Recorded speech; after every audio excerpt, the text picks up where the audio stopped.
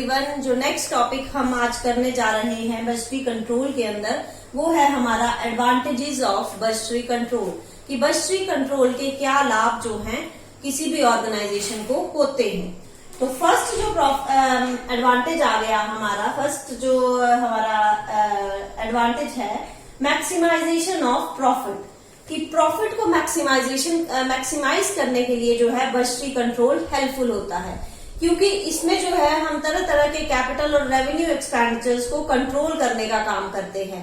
जब expenditures control होंगे और आपस में सभी एक्टिविटीज जो है एक कॉमन एम की तरफ, एक स्पेसिफिक गोल की तरफ जाएंगी, तो ऑर्गेनाइजेशन का प्रॉफिट जो है वो खुद ब खुद जो है मैक्सिमाइज हो जाएगा। हमारे खर्चे कम होंगे, इनकम्स ज्यादा होंगी, आपस में सभी फंक्शनल एरियाज जो होंगे उनके टारगेट फिक्स होंगे, तो सभी एरियाज, सभी फंक्शनल एरियाज जो है वो सिमिलर टारगेट की तरफ जो है जब ध्यान रखेंगे, सिमिलर एम की तरफ जाएंगे, गोल की तरफ जाएंगे, तो ऑर्गेनाइजेशन का प्रॉफिट जो है वो इंक्रीज हो जाएगा। सेकेंड एडवांटेज आ गया हमारा प्रॉपर कोऑर्डिनेशन। जो भी हमारे जो बजटरी कंट्रोल के अंदर जो है अलग अलग डिपार्टमेंट्स के लिए अलग अलग बजट बनाए जाते हैं, और हर डिपार्टमेंट का बजट जो है वो दूसरे डिपार्टमेंट को इफेक्ट करता है। तो आपस में जो है जब बजटरी कंट्रोल किया जाता है तो सभी फंक्शनल एरिया या सभी डिपार्टमेंट्स की अगर हम बात करें तो उसमें जो है कोऑर्डिनेशन जो है वो बनाया जाता है, तभी बजटरी टारगेट्स को जो है पूरा किया जा सकता है। जब तक उसमें कोऑर्डिनेशन नहीं होगा बजटरी टारगेट्स जो है पूरे नहीं होंगे। तो बजटरी कंट्रोल एक कंट्रोल फंक्शन की तरह जो है उन सभी डिपार्टमेंट्स के लिए इस तरह से बजट तैयार करता है कि वो डिपार्टमेंट्स आपस में कोऑर्डिनेट करें। थर्ड एडवांटेज आ गया प्रोवाइड स्पेसिफिक एम। जो हमारे प्लान्स हैं या पॉलिसीज हैं वो टॉप लेवल के द्वारा जो है डिसाइडेड होती हैं, लेकिन उन सभी को जो प्राप्त करना है, अगर मैं बात करूं गोल्स को अचीव करना है, तो उसमें सभी के एफर्ट्स जो है वो इकट्ठे आने चाहिए। जब तक सबके एफर्ट्स नहीं होंगे, चाहे वो टॉप लेवल है, चाहे मिडिल लेवल है, चाहे लोअर लेवल है, तब तक जो है उन एम्स को अचीव नहीं किया जा सकता। तो हर एक डिपार्टमेंट के लिए जो है बजटरी कंट्रोल के अंदर एक टारगेट फिक्स किया जाता है, और उन सभी टारगेट्स का जो मेन एम होता है वो ऑर्गेनाइजेशनल गोल की तरफ जाना होता है। अगर सेल्स डिपार्टमेंट है उसके लिए टारगेट तो और फिक्स होगा, लेकिन उसका मेन एम जो है वो ऑर्गेनाइजेशनल गोल को अचीव करना होगा। नेक्स्ट एडवांटेज आ गया टूल्स फॉर मेजरिंग परफॉर्मेंस, कि जब हम अलग अलग डिपार्टमेंट्स को जो है टारगेट फिक्स कर देते हैं और वो अपने टारगेट को अचीव कर रहा है या नहीं कर रहा है वो डिपार्टमेंट, हम जब उनमें आपस में कंपैरिजन करते हैं स्टैंडर्ड और एक्चुअल का, तो अगर वेरिएशंस आ रहे हैं तो उससे उसकी परफॉर्मेंस की इवैल्यूएशन भी हो जाती है। अगर वो टारगेट्स अचीव कर रहा है मींस वो एफिशिएंटली परफॉर्म कर रहा है। अगर वेरिएशंस नेगेटिव आ रही हैं या टारगेट्स अचीव नहीं हो रहे हैं तो उसकी परफॉर्मेंस जो है वो इनएफिशिएंट जो है मानी जाएगी। तो इस तरह से किसी भी डिपार्टमेंट की एफिशिएंसी मापने के लिए जो है, परफॉर्मेंस नापने के लिए जो है बजटरी कंट्रोल टूल के तौर पे काम करता है। नेक्स्ट आ गया हमारा advantage economy. The planning of expenditure, जो बजटरी कंट्रोल है इसमें जो है हम एक्सपेंडिचर को एक सिस्टमेटिक ढंग से जो है प्लान करते हैं कि हमारे खर्चे कहाँ कहाँ होंगे, कहाँ कहाँ हम जो है खर्च करने जा रहे हैं। इससे क्या होता है कि हमारे पास जो फाइनेंशियल रिसोर्सेज अवेलेबल होते हैं उसका हम ऑप्टिमम यूटिलाइजेशन जो है वो कर पाते हैं। जब तक हम पहले से ही डिसाइड नहीं करेंगे, कि प्लान नहीं होगा कि कहाँ खर्चे करने हैं, तो हमारे जो फाइनेंशियल रिसोर्सेज हैं वो ऑप्टिमम यूटिलाइजेशन उनका नहीं कर पाएंगे। इसलिए जहां तक पॉसिबल हो सके पहले से ही हमें खर्चे जो है स्पेसिफिक रखने पड़ते हैं। जैसे अगर हम घर की ही बात करें, अपने इनकम की ही बात करें, तो हमने एक फिक्स टारगेट रखा होता है कि इतना हमने इस पर्टिकुलर चीज के लिए रखना है पैसा, इतनी हमने सेविंग के लिए रखना है, इतना हमने इस पर्टिकुलर चीज पे खर्च करना है। तो एक कॉमन, आप एक अगर कॉमन मैन की बात करें तो वो भी अपनी इनकम को, अपने फाइनेंशियल रिसोर्सेज को जो है मैक्सिमाइज यूटिलाइजेशन करने के लिए जो है बजट बनाता है। उसी तरह बिजनेस ऑर्गेनाइजेशन में भी जो है फाइनेंशियल रिसोर्सेज को यूज करने के लिए बजट बनाया जाता है, जिससे हमें इकोनॉमिकल जो है एक तरह से हम बोल सकते हैं कि हमें खर्चे कम होके हमारी इनकम इंक्रीज होने के चांसेस जो है वो ज्यादा हो जाते हैं।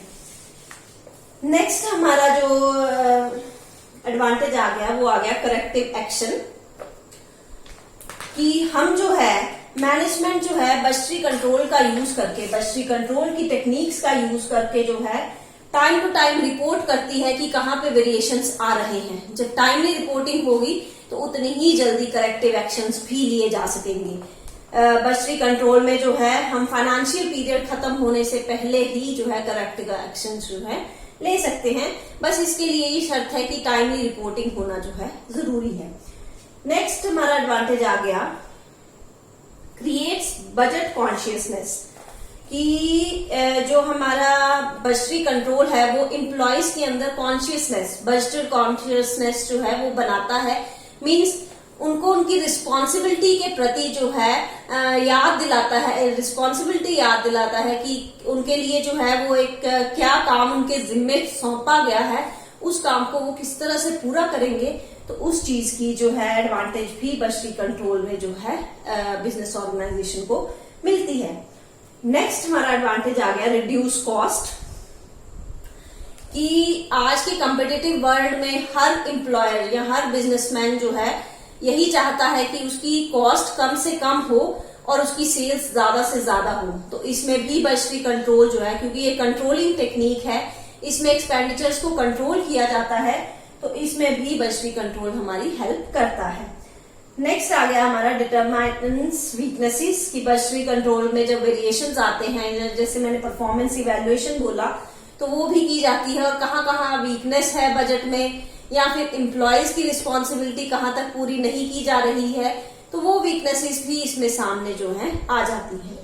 और लास्ट हमारा जो एडवांटेज आ गया वो इंट्रोडक्शन ऑफ इंसेंटिव स्कीम्स, कि बजटरी कंट्रोल जो है ऑर्गेनाइजेशन की या टॉप लेवल मैनेजमेंट की इस चीज में भी हेल्प करता है कि वो नई नई इंसेंटिव स्कीम्स जो हैं, जो वर्कर्स को पेमेंट की जाती है, वेज पेमेंट की इंसेंटिव स्कीम्स हैं, वो भी जो है ये कंट्रोल करता है, क्योंकि इसमें परफॉर्मेंस इवैल्यूएशन होती है, देखा जाता है कौन सा डिपार्टमेंट या कौन सा वर्कर जो है वो ज्यादा एफिशिएंट है, कौन सा इनएफिशिएंट है।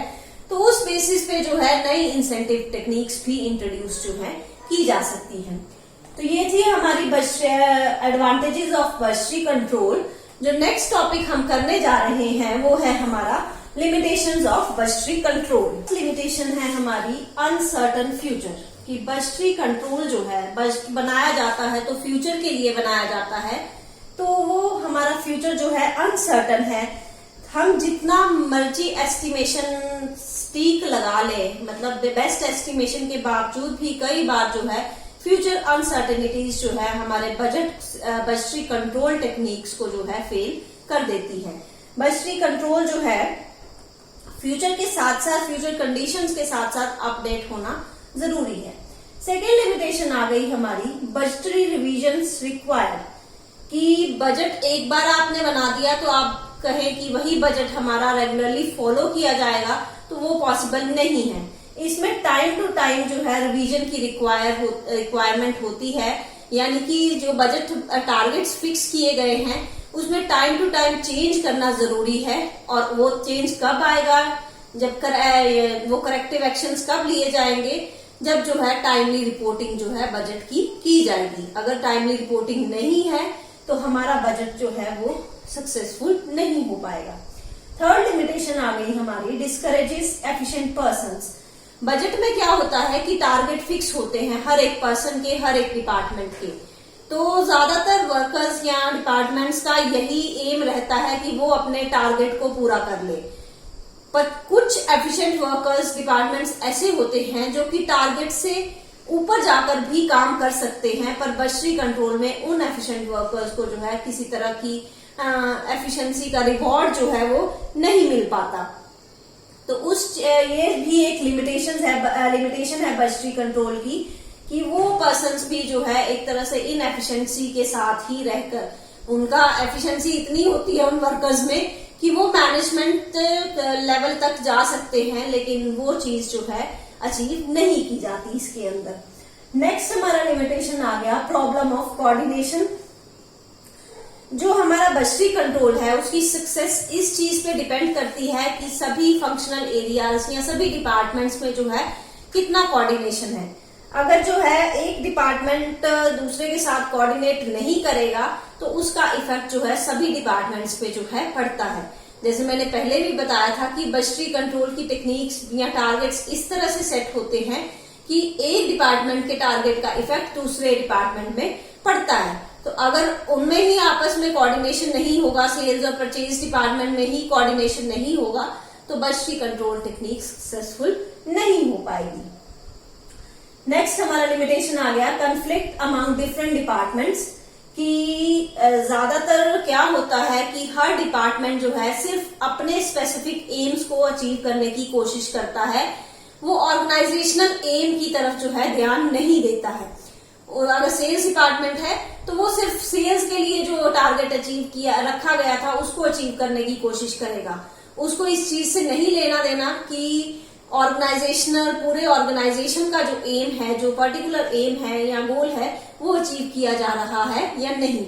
और फाइनेंशियल रिसोर्सेज को लेके भी अलग अलग डिपार्टमेंट्स में जो है कन्फ्लिक्ट हो जाता है कि हर कोई डिपार्टमेंट यही चाहता है कि उसको ज्यादा से ज्यादा फाइनेंशियल रिसोर्सेज जो है मिले, चाहे उससे जो है फाइनेंशियल रिसोर्सेज का ऑप्टिमम यूटिलाइजेशन हो या ना हो, इस चीज की तरफ डिपार्टमेंट्स ध्यान नहीं देते हैं।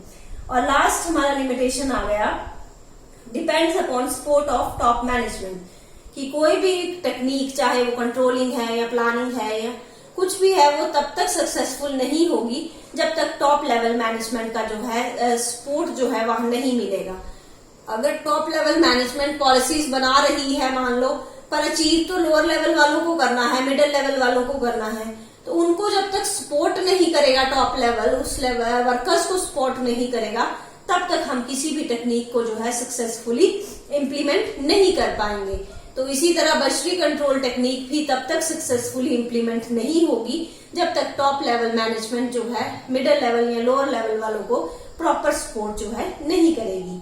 तो आज हमने 2 टॉपिक्स किए, एक एडवांटेजेस, दूसरा डिसएडवांटेजेस या लिमिटेशंस बोल सकते हैं हम। तो बस इन दोनों टॉपिक्स में अगर आपको कोई भी पॉइंट समझ नहीं आया है तो आप जो है कमेंट सेक्शन में लिख दीजिए, मैं उस पॉइंट को फिर से क्लियर कर दूंगी। Thank you.